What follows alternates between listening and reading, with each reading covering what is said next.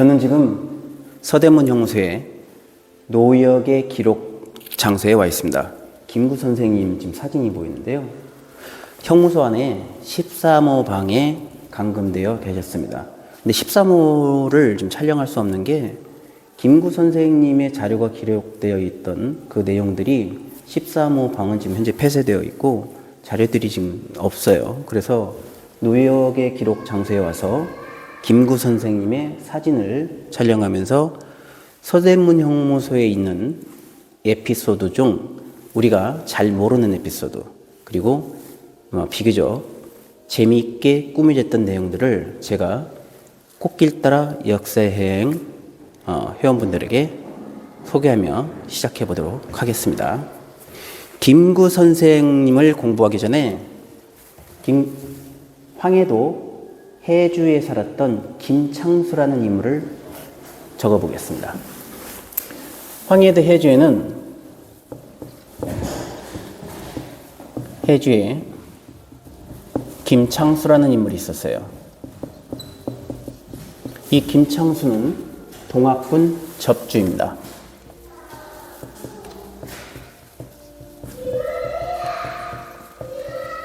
김창수가 황해도 해주의 동학군 접주라는 뜻이에요. 동학군 접주는, 이 접주는 동학군의 대장이라는 뜻을 의미하고요. 남접에는 한번 적어볼게요. 고창 출신의 전봉준이 있었고요. 고부 조병갑에 의해서 조병갑의 그 사또, 고을 사또, 지금에 따르면 군수죠. 고창군수 조병갑에 항거하여 일어났던 운동이 전봉준의 동학혁명인데, 남접의 대장으로 전봉준이 있었고요. 정읍의 손화중,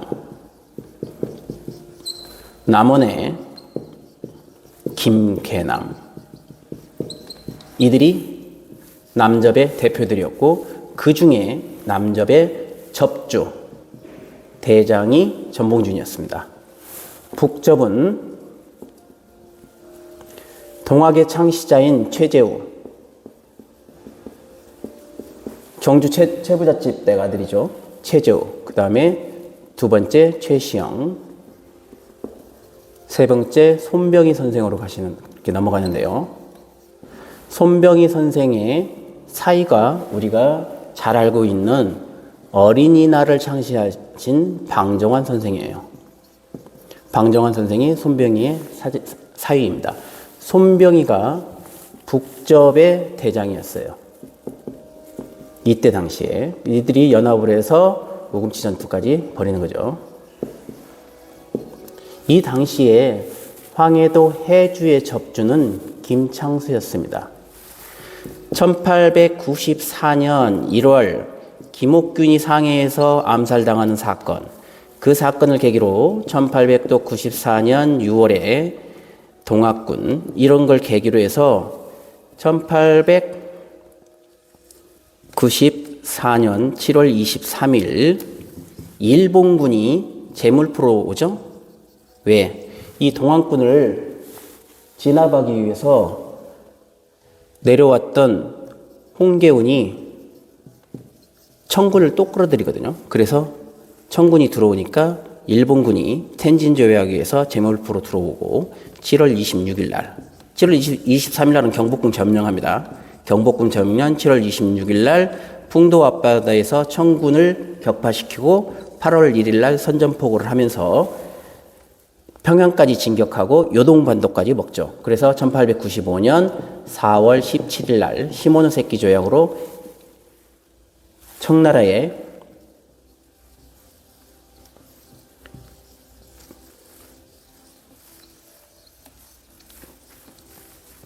청나라의 요동 땅까지 먹게 되는 겁니다. 그리고 대만도 일본 땅이 되는 거죠. 이런 사건이 일어났어요. 그래서 1895년 4월 17일 시모노세키 조약이 체결이 되는데, 1895년 4월 26일 날 러시아가 청나라에게 도움을 주어 독일, 프랑스, 러시아 세 나라가 연합해서 삼국 간섭을 하죠. 그렇게 해서 일본이 요동반도를 청나라에 다시 돌려주는 사건이 발생합니다.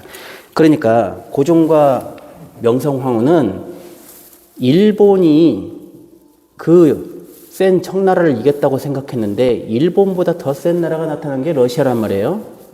그래서 고종과 명성황후는 조정의 대신들을 칠럽하로 교체하는 거예요. 그래서 이 사건으로 일본이 명성황후를 살해하는 사건이 일어나죠. 그것이 1895년 10월 8일 을미사변입니다. 이 을미사변 때 명성황후가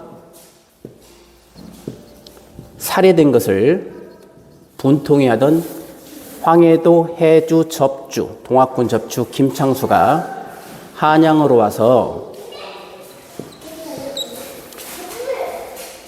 상인으로 위장되어 있던 일본군 스찌다 중위를 때려서 죽이는 사건이 발생합니다. 그래서 인천교도소에 감금되죠. 김창수가 인천교도소에 감금됩니다. 인천교도소에서 감금된 후에 이 사람은 사형을 언도를 받고요. 고종이 나중에 전화로 이 사건 내용으로 김창수가 스찌다 중위를 죽였다는 내용을 듣고 사형만은 면해 주십시오라고 전화로 연결을 했었다는 그런 스토리텔링이 있어요. 실제인지는 잘 모르겠습니다. 그런 스토리텔링이 있습니다. 어쨌든 김창수는 인천 교도소를 탈옥해서 공주 마곡사로 내려가요. 공주 마곡사. 거기서 스님이 됩니다. 법명은 원종. 법명 원종을 받은 이 스님 김창수가 1895년 을미사변 때 스찌다 중위를 죽인 이 김창수가 나중에 1909년 하얼빈에서 이토 히로부미를 1909년 영구히 보내버린 안중근 의사의 배우 그리고 안중근 의사의 동갑내기 사촌동생 안명근, 이분은 생소하실 거예요. 안명근은 백오인 사건, 안학사건으로 일본의 총독 데라우치 총독을 암살하기 위해서 조직되었다는 날조된 조작으로 105명이 모두 체포되는 사건이 일어났는데 이때 주무자가 안명근입니다. 이토 히로부미를 보낸 안중근과 백오인 사건의 주모자 안명근의 배우로 김창수가 지목이 돼요. 황해도, 해주, 동학군, 접주. 동학군은 창의군입니다. 나중에 의병이 되고 독립군이 되는 창의군. 이 지목된 김창수가 바로 여러분이 지금 저와 함께 공부하고 있는 김구 선생님입니다. 김구 선생님은 어느 날 갑자기 대한민국 임시정부를 만들고 주석이 되신 분이 아니라 황해도, 해주, 동학군의 접주로 계시다가 을미사변 소식을 듣고 스찌다 중위를 죽이면서 공주 마곡사로 내려가 스님이 되시고 거기에서 같이 계시던 동료들과 함께 나중에 독립운동을 위해 김창수라는 이름으로도 계속 계실 수는 없으니 개명을 하십시오라는 동료들의 건의를 받아들여서 김창수가 개명을 한 것이 백범 김구 선생님입니다. 김구입니다. 어떻습니까? 꽃길 따라 역사 여행과 꽃길 따라 역사 여행을 공부하시면 이렇게 재미있는 에피소드를 들을 수가 있습니다. 한 가지 더 말씀드려 볼까요? 김구 선생님이 계시는 지금 노예의 기록에는 이런 내용들이 없지만요. 지금 밖에 나가서 복도를 따라가면은 전부 복도를 따라가면 이렇게 돼 있어요. 이 칠판을 한번 보세요. 복도를 따라가면 전부 칸칸이 방이 있습니다. 방방. 1919년 3월 1일 고종의 인사를 기준으로 독립운동인 만세운동이 벌어집니다. 3월 1일 날 많은 분들이 서대문 용무소에 잡혀서 들어와요. 1919년 3월 1일 날 잡혔던 그분들 중에는 끝내 일본에게 전향되지 않고 계속해서 한 거 해가지고 오랫동안 여기 계시던 분들도 계십니다. 1919년 다음해인 20년 3월 1일 날 만세 삼창을 다시 한번 만세 삼창을 합시다라고 기념으로 다시 한번 만세 삼창을 하는 운동이 벌어지는데요. 이때 방들이 전부 막혀 있으니 서로에게 소식을 전달할 수 있는 방법이 없었어요. 그 방법을 이 사람들이 연구해낸 것이 바로 한글을 이용한 전달 방식인데요. 기가 막힌 방식입니다. 적어보겠습니다. 이들이 1919년 3월 1일 만세운동을 1920년 3월 1일 날 기념하기 위해서 전달했던 방식인데요. 바로 통방입니다. 한자로 한번 적어볼게요. 통할 통자에 방방자입니다. 통방.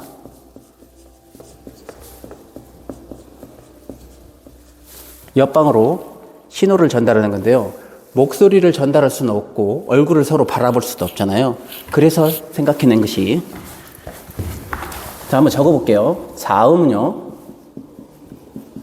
기역, 니은, 디귿, 리을, 미음, 비읍, 시옷, 이응, 여기까지만 적어볼게요. 모음. 아, 야, 어, 여, 오, 요, 우, 유. 이렇게 자음과 모음이 있죠. 그러면 꽃길 따라 역사 여행을 같이 공부하시면서, 역사를 공부하시면서 저희 밴드에서 함께 지금 계시는 분들이 다수 계시는데 그 밴드를 여기다가 한번 적어 보겠습니다. 한번 소개해 보겠습니다. 저희가 지금 네이버 밴드의 역삼 밴드를 운영하고 있죠. 역삼시대. 역삼시대의 역삼을 옆방에다가 전달해 볼게요.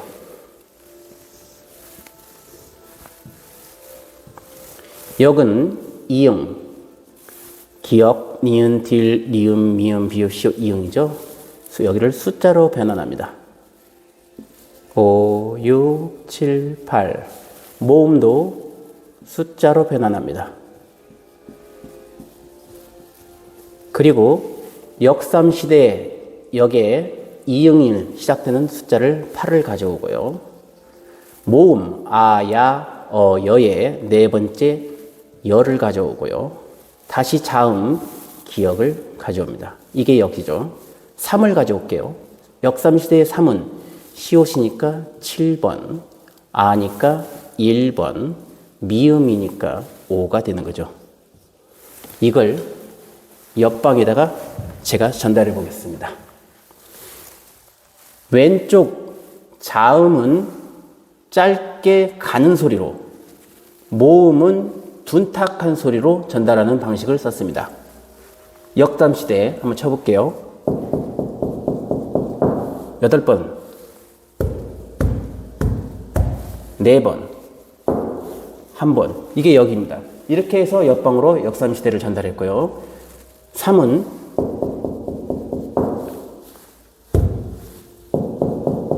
이렇게 전달하는 거예요. 그러니까 역을 전달하고 나서 3을 전달할 때까지 잠깐 쉬는 건데요. 역 3을 제가 이어서 연속으로 한번 전달해 볼게요. 역을 전달하고 나서 3초에서 5초 정도 쉬고 3을 전달하겠습니다.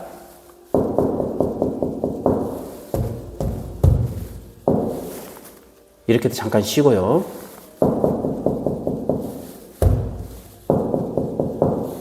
이렇게 되면 역과 3을 전달한 겁니다. 제가 지금 시뮬레이션으로 이렇게 전달을 해봤는데요. 과연 이게 전달이 됐을까라고 생각하시는 분들도 계실 겁니다. 하지만 조용한 상태에서 매일 이게 숙달이 되면 마치 우리가 전보로 먼 곳에 전보를 쳐서 전달하는 방식과 같다. 이렇게 생각을 하시면 될 것 같습니다. 이렇게 전달했던 방식이 통방입니다. 방 쪽으로 전달하여 통하다. 통하였다. 소식을 이렇게 전달했습니다. 그러니까 역삼시대 이걸 이렇게 전달했는데 꽃길 따라 역사여행을 저와 함께 공부하시는 분들은 이런 재미있는 에피소드를 지속적으로 들으실 수 있습니다. 오늘의 에피소드는 김구 선생을 중심으로 한 13번 방의 창의군 에피소드와 그들이 옆방에 얼굴도 모르는 같은 독립군 투사들에게 전달했던 신호 방식의 통방에 대한 에피소드를 여러분과 함께 공부했습니다. 다음 에피소드로 함께 떠나시겠습니다.